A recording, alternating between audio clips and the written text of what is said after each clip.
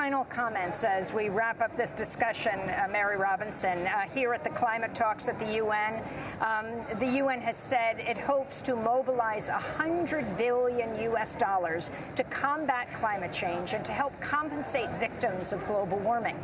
But activists who moments ago held a protest here at the COP say that countries are pledging far too little. They held a small protest holding signs reading WTF. Not what you think.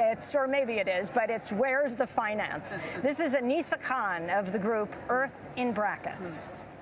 If we're looking at the amount that's been pledged, what we have is only between $18 billion to $34 billion. The worst part is $100 billion is not even close to what we need for climate finance. The amount that we need is in the trillions. We spent $13 trillion to bail the banks out during the financial crisis, but we can't even come close to this.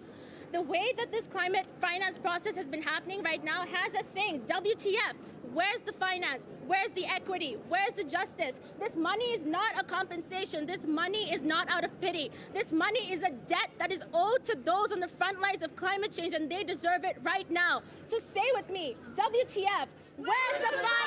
WTF, where's the finance? That is Anisa Khan of the group Earth in Brackets. WTF, where's the finance? President I very Robinson. much agree. Climate finance is incredibly important. That $100 billion is incredibly important, but I also agree with what she said.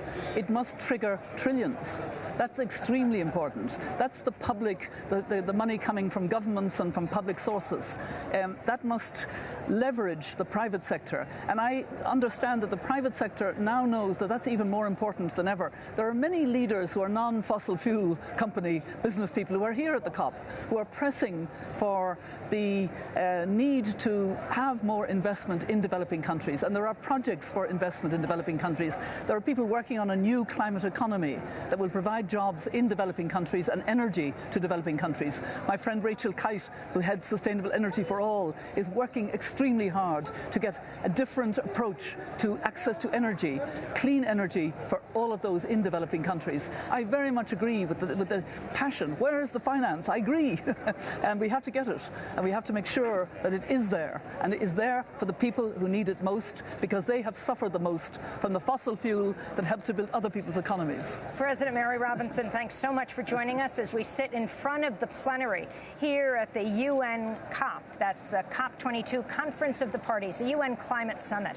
Mary Robinson is the UN Secretary General's Special Envoy on El Niño and Climate, president of the Mary Robinson Foundation Climate Justice. She served as president of Ireland from 1990 to 97 and UN High Commissioner for Human Rights from 97 to 2002. She's a member of the Elders and the Club of Madrid and the recipient of numerous honors and awards, including the Presidential Medal of Freedom from President Obama. This is Democracy Now! When we come back, Bernie Sanders' first major address since the election of Donald Trump, and we'll get response. Stay with us.